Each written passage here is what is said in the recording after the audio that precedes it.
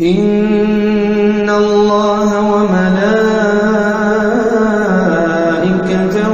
يصلون على النبي يا أيها الذين آمنوا صلوا عليه وسلموا تسليما إن الذين يؤذون الله ورسوله لعنهم الله في الدنيا والآخرة وأعد لهم عذابا مهينا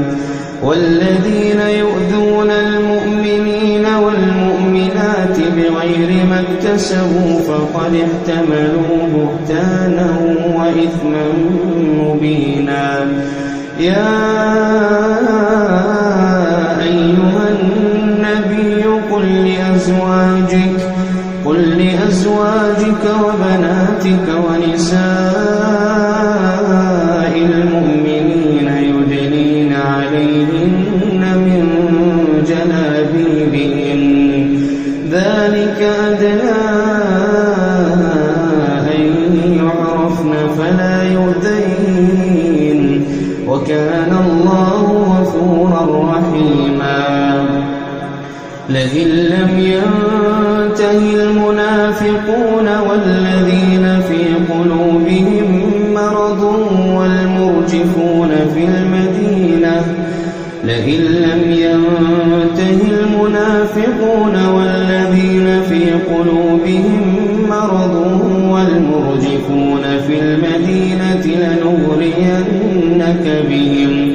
لنغرينك بهم ثم لا يجاورونك فيها إلا قليلا ملعونين أينما ثقفوا أخذوا وقتلوا تقتيلا سنة الله في الذين خلوا من قبل ولن تجد لسنة الله تبديلا يسألك الناس عن الساعة قل إنما علمها عند الله وما يدريك لعل الساعة تكون قريبا إن الله لعن الكافرين وأعد لهم سعيرا خالدين فيها أبدا لا يجدون وليا ولا نصيرا يوم تقلب وجوههم في النار يقولون يا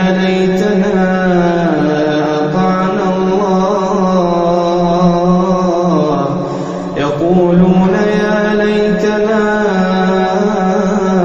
أطعنا الله وأطعنا الرسولا وقالوا ربنا إنا أطعنا سادتنا وكبراءنا فأضلونا السبيلا ربنا آتهم ضعفين من العذاب والعنهم لعنا كبيرا يا أيها الذين آمنوا لا تكونوا كالذين آذوا موسى فبرأه الله مما قالوا وكان عند الله وجيها يا أيها الذين آمنوا اتقوا الله وقولوا قولا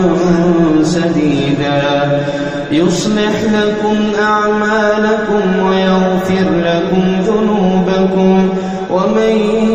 يطع الله ورسوله فقد فاز فوزا عظيما إنا عرضنا الأمانة على السماوات والأرض والجبال فأبين أن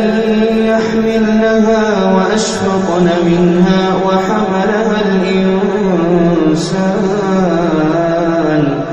إنه كان ظلوما جهولا ليعذب الله المنافقين والمنافقات والمشركين والمشركات ويتوب الله على المؤمنين والمؤمنات وكان الله